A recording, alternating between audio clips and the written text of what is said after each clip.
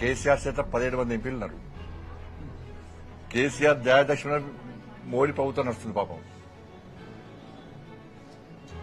కాబట్టి కేసీఆర్ సమాజం దానిలో కూర్చొని ఫామ్ హౌస్ లో కూర్చొని బండి సంజయ్ బర్తరఫ్ చేస్తారు అంటే నీకు ఒకే ఎంపీ లేడు బర్తరఫ్ చేయాలంటే. కానీ కమిట్మెంట్ తో పనిచేసే భారతీయ జనతా పార్టీ కార్యకర్తను పిలిచి మీరు అడిగితే, కమిట్మెంట్ తో పనిచేసే భారతీయ జనతా పార్టీ కార్యకర్తను మీరు పిలిచి అడిగితే చెప్పే టక్ పని అయిపోయింది ఒకటే, నేను చచ్చిపోయినాక నా మీద భారతీయ జనతా పార్టీ కండ కప్పాలని జెండా కప్పాలని అంటారు. దీనికి కమిట్మెంట్ అంటారు. అటువంటి కమిట్మెంట్ గల కార్యకర్త మీద ఇప్పుడు నన్ను అడిపించు ఎవరు రాస్తా ఉంటారు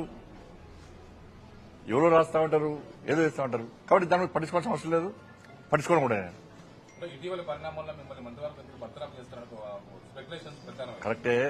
ఎందుకంటే నీ గడిల పాలన బద్దలు కొట్టింది మేమే, నీ అవినీతి సామ్రాజ్యాన్ని కూకటి వేళ్లతో పెకిలించింది మేమే, నీ కుటుంబ పాలన వ్యతిరేకంగా కొట్టాడింది మేమే. ఉంటుంది, నీకు సహజంగా ఉంటుంది. నీ 17 మంది ఎంపీలు ఉన్నారు కదా, అందుకే రెచ్చిపోతున్నావు నువ్వు. మిమ్మల్ని అరెస్ట్ చేస్తారని కూడా ఇంకొక వార్త ప్రచారం అయింది. ఇప్పుడు అన్న ఈ కోర్టులో కేసు నడుస్తున్నది, కోర్టు పరిధిలో ఉన్నది. ఇప్పుడు ఒక్కరు గుర్తుంచుకోండి, కన్న కొడుకును ఓ తండ్రి పోలీసులకు స్వయంగా అప్పగించినటువంటి సందర్భం ఏదైనా ఉందా?